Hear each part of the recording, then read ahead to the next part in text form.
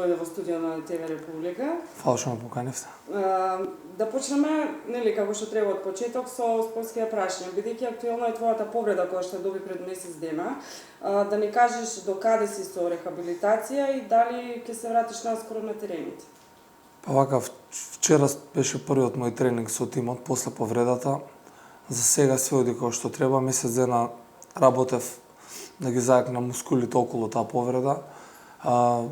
На вчерашниот тренинг помина сега што треба, мислам, се надам дека така ќе остане и без поголеми маки ќе се вратам на стари патеки. Ти одби да правиш операција, може да кажеш нешто малку околу повредата?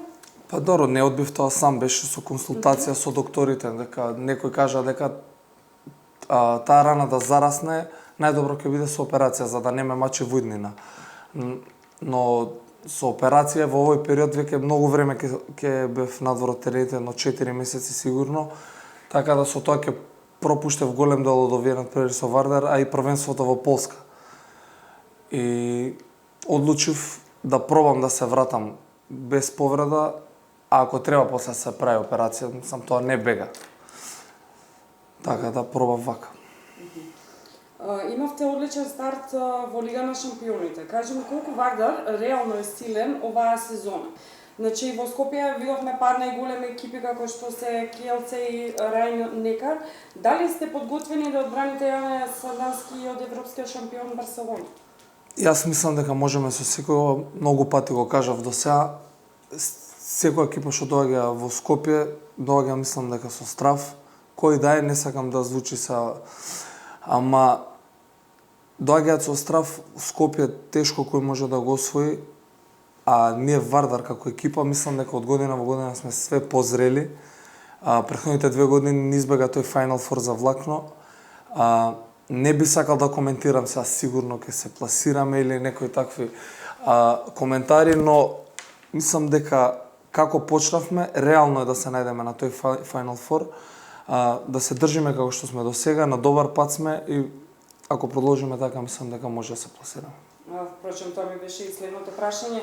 Што треба да се случи за да дојдеме, нели да дојде Вардар до тоа што го посакува тој Final? Да ги немаме тие бранови горе-доле, например, со утакмици. Сега ние играме добро и губиме во Колдинг. Не дека Колдинг е слаба екипа или општо јавноста дигна фама дека беа последни во групата, дека сигурно ќе ги добиеме, дека нема шансе да не победат, но сите играат ракомет во Европа и Колдинг со искусни играчи таму и гостински терен, не знаеш како ќе ти тргне. Многу фактори зависат од тоа. Овој последниот пораз од Барса, некој пред да почне сезоната да ти каже еден гол дека ќе изгубиш од Барса, ќе си речеш готово, ајде. Ама како се одвиваш утакмицата, можеше да изгубиме повеќе, можевме ние да добиеме. Значи таков е ракометот. Многу е нон-стоп у 2-3 насоки се одвива и не знаеш како може да заврши. Затоа викам само треба да сме малце по-смирени во дадени ситуации и мислам дека ќе немаме проблем за тука, за во Скопје за да ги добиеме. Сите ќе бидеме тука да набиваме. Вака сега кажем да се збори дека во екипата, значи ќе има кадровски измени за следната сезона. Најавено е заменување на Тоскиш. Сега тоа заминување, дали значи дека вие ќе добиете поголема минутажа и ќе бидете носител на играта, или пак клубот ќе се засили со некое транско име покрај Марселики?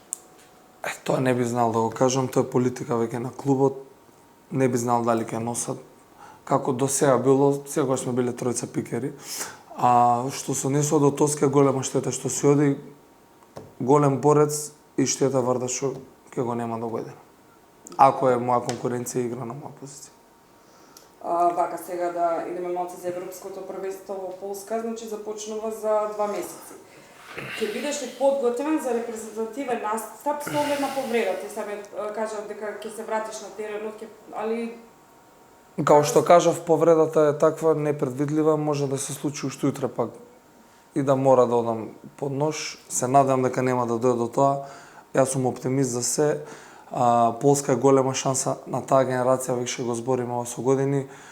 И секоја година сме постари и постари, веќе мислам дека стварно Полска е тоа задњото, последното.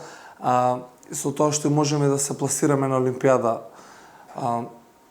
И тоа е, мислам, тој шлак на тортата што може да успее за оваа генерација. Значи, се надврзуваме со прашања, морам да ти признам, пошто следното ми е точно за Олимпијада во Рио. Значи, колку Македонија е подготвена, нели, за таков дострел? Па нека ни се поклопат на скотските, па ќе видиме. Така. Дај Боже све да испадне кој што треба, да стигнеме ние во Рио, па после што сака некој. Групата е изводено тешка, значи имаме Полска, шампионот Франција, ја имаме и Србија. Сега за пласман во средна рунда потребна е минимум една победа. Сега дали целта ќе биде победа над Србија или пак Македонија може да се носи со квалитетот на другите две репрезентации? Са нормално дека ние ако можеме да победиме некој, ние сме играле со сите тие репрезентации, со сите сме се носеле. Полска имаме два пати мислам победено во последните 5-6 години. Со Србија исто, Србија се малце паднати во однос што биле. Групата е тешка, но не е, мислам дека може да се игра со сите репрезентации, па дури со Франција. Со Франција кога игравме сега во Скопје видовме дека можеме да се носиме. Густа беше утакмицата, не победи еден гол разлика, мислам. Таму утакмицата кога не играше Карабатич, бевме егал цело време. Така да Карабатич ја направи разликата. Не знам, со среќа, со да се поклопат ете. Коцките може, зашо да не, Франција, Полска. Тешко е да игра со домаќин, али приоритет е тоа втор круг да влезе. Okay. Следно, да избегаме малце од спортов, нели нормално е, интересен си за печатот, за жолтиот печат, морам да ти постави на такво прашање. Се шпекулира, те ставаат у комбинации, не знам, еве со Катерина Ивановска, па сте видовме на Бубамара, па се крена една прашина околу твоето име, постојано има интерес, но морам да признам, некако лежерно ги игнорираш. Тоа ти е ставот кон печатот или воопшто приватен Па да, живот? избегавам да зборам за приватен живот. Моментално имам врска 1 година, среќам во врската и тоа што треба да се знае за јавноста, тоа е тоа. Океј, фала ти многу.